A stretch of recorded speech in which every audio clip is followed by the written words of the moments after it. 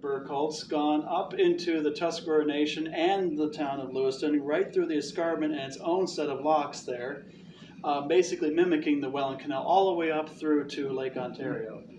And but they did a number of test borings and other different things complicated, including a lot of public opposition, you think, to this. But I'm a big ship person, right? I live on Ward Road.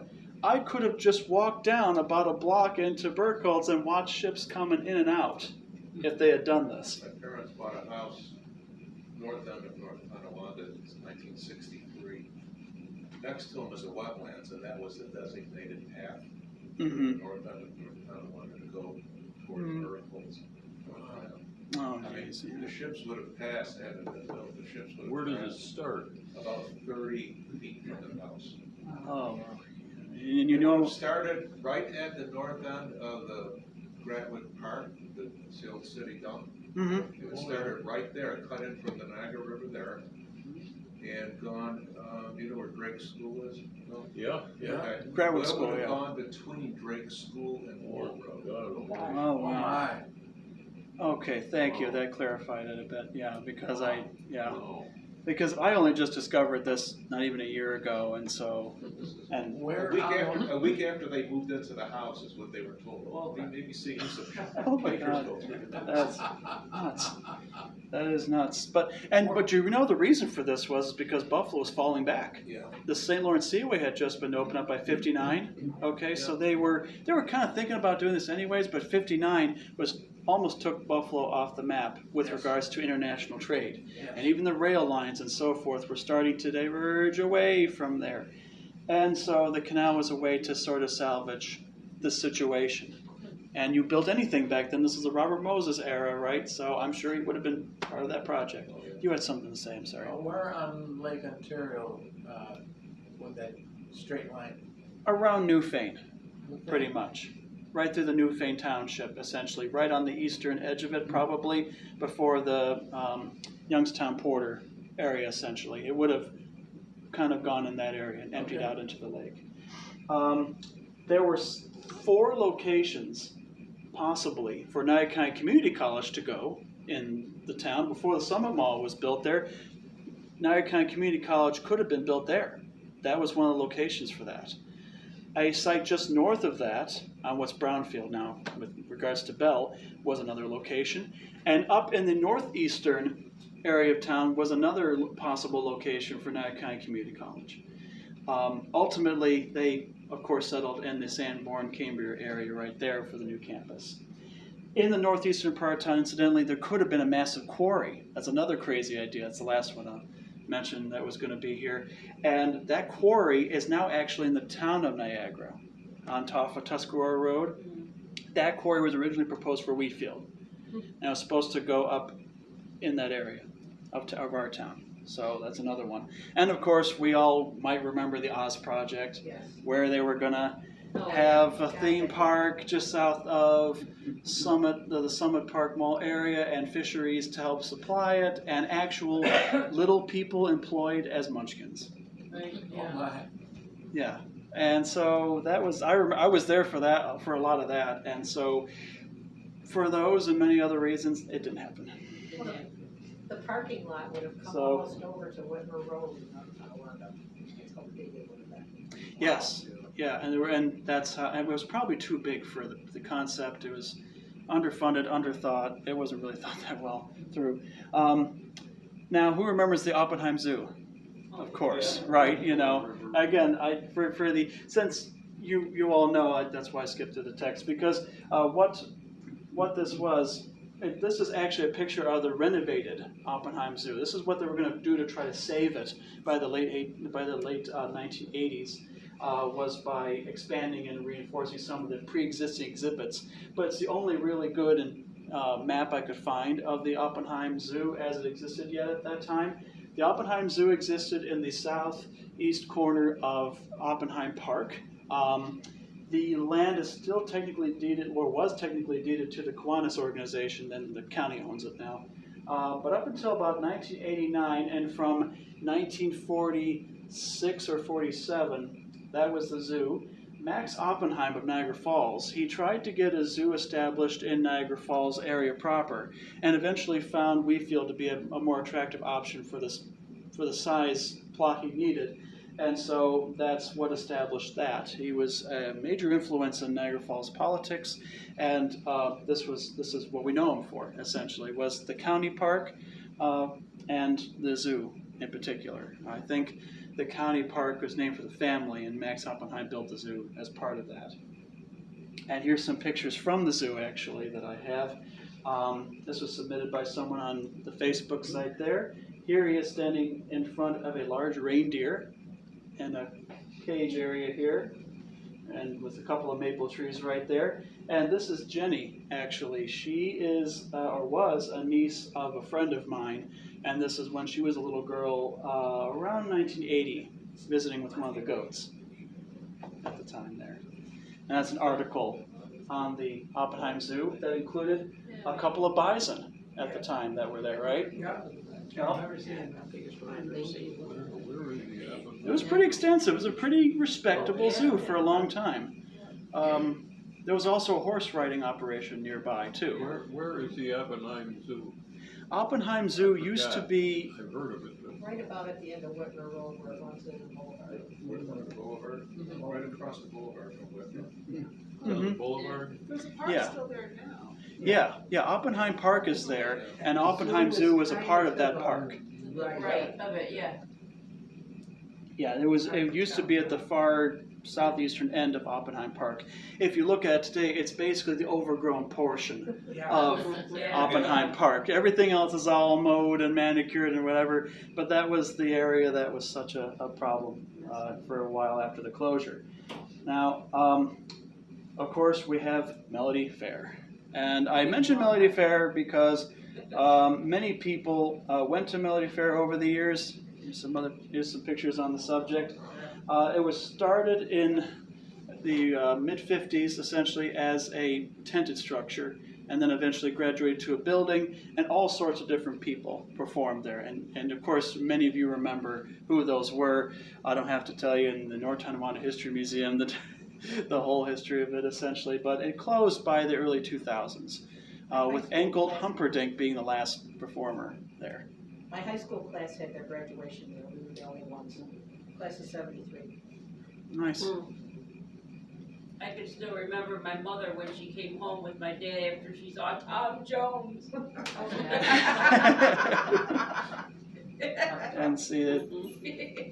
Just mention different performers who are actually there in addition to that. See if any of these concerts you actually went to. We had Jerry Lewis, we had Danny Kaye, Liberace, Carol Channing, Tony Bennett, Pat Boone, Jack Benny, Perry Como, Harry Chapin. My mother was at both of his concerts.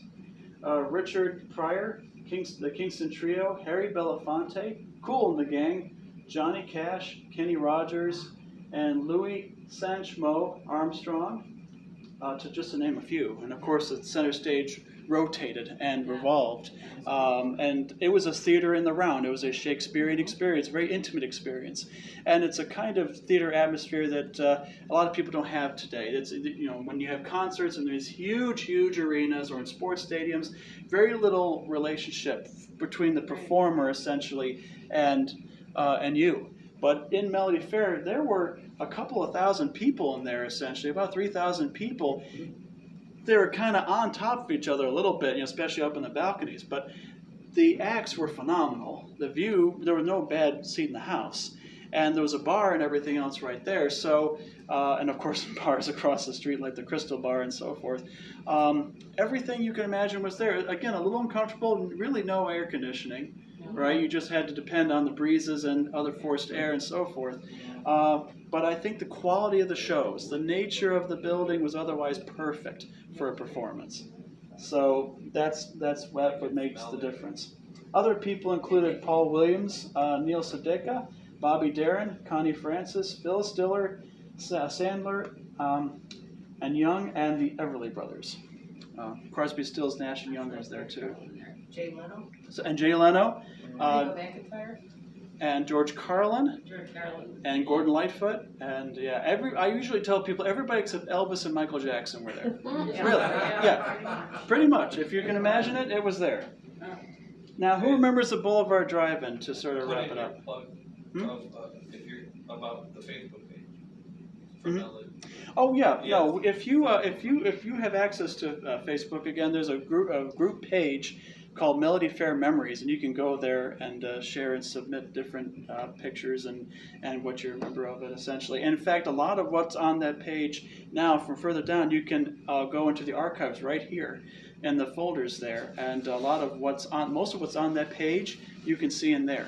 So even if you have no access, if you don't have access to internet or don't have a Facebook account, you can still see most of what people have mentioned there.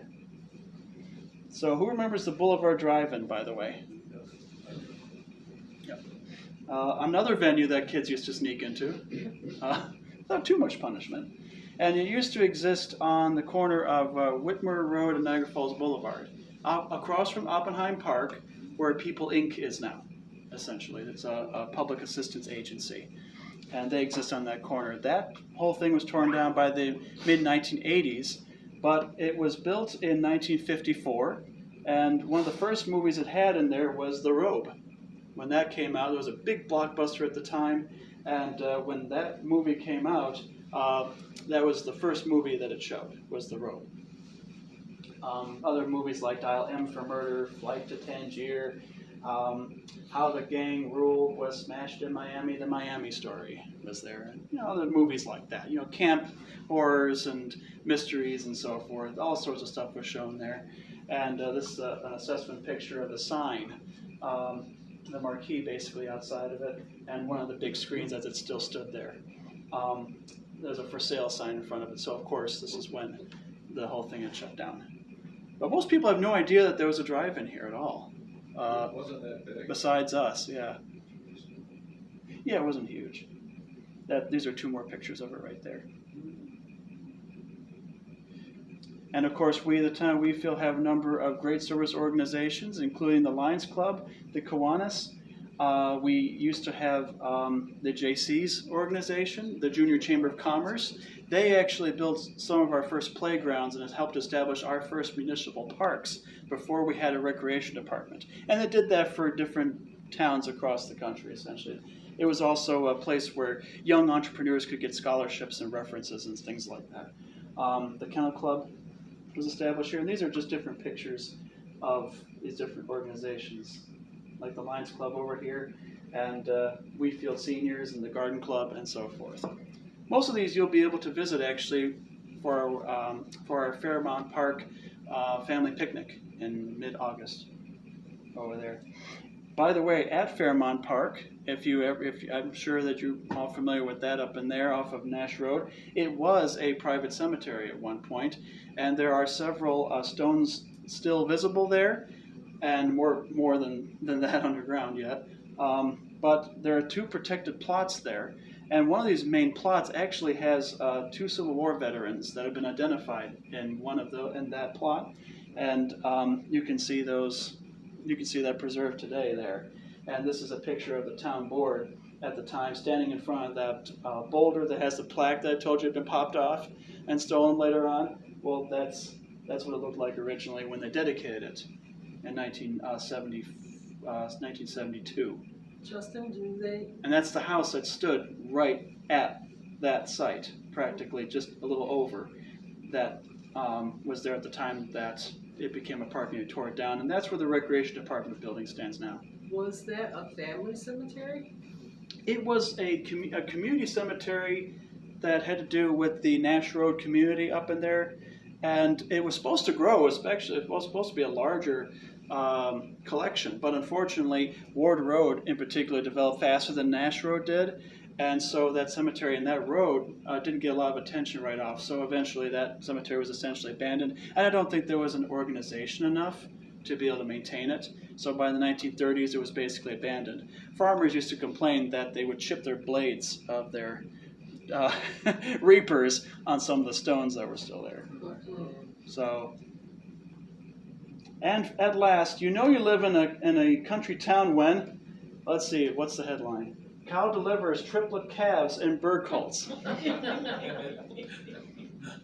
That's Alan Devontier with his prize and the threesome right there.